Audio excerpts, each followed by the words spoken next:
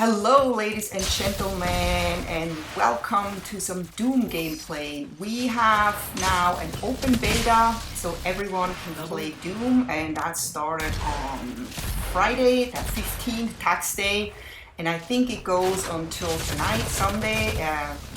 Correct me if I'm wrong, but I'm pretty sure they usually don't open the betas for really long, which is good. It's just supposed to be a test, it's not giving people free access to a game just for the heck of it. So as you can see here, I finally found how to become the demon. As you saw when you paid attention, there's a sphere that pops up on the map, and that's called the demon wound.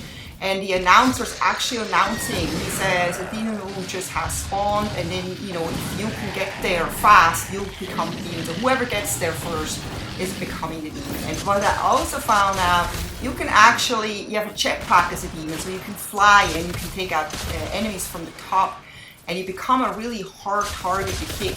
I'm not really that good yet, not getting killed as a demon. I usually don't survive too long as a demon, but and that shows again, that it's very important if the enemy team has a demon that you try to kill it as fast as possible, because the longer you wait in killing the demon, the more people die on your team and the less chance you have to actually win. And you can obviously not take down the demon by yourself, unless you super lucky that he's already damaged, he already has very low health, and you can just put a blow into him and you take him down.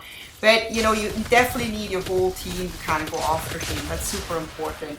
And if the enemy team is really good and you're the demon, you have a really hard time surviving long, because they just, they're all gonna shoot at you from all different angles. Even flying would help you. But it's really fun, the longer you play, you actually start to get to know this game really well, and you find out how to take the power-ups or use the power-ups and all that stuff, pickups to your advantage, and actually become a good player. And I did a lot better in this open beta than I did in the closed beta. And so here we go. I have found another rune. I was lucky to be the first one to be there. So let's see how long I can survive here. And it's kind of hard to be flying here if you're inside a cave. You can't really move to try and get out of this cave here. And I'm already getting hammered from this guy here with the rocket launcher, and I'm trying to take him down before he takes me down. So he's done. There's another guy right here, or two guys. Let's see if I can take them down. It actually looks a lot easier than it is, because and there you go, I already lost.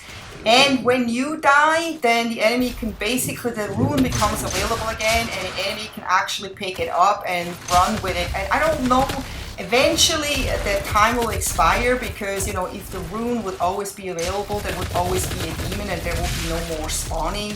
But I think it has a timer on it. It only runs so long, and then when the whoever picks it up and there's some time left on it, they can just kind of use it.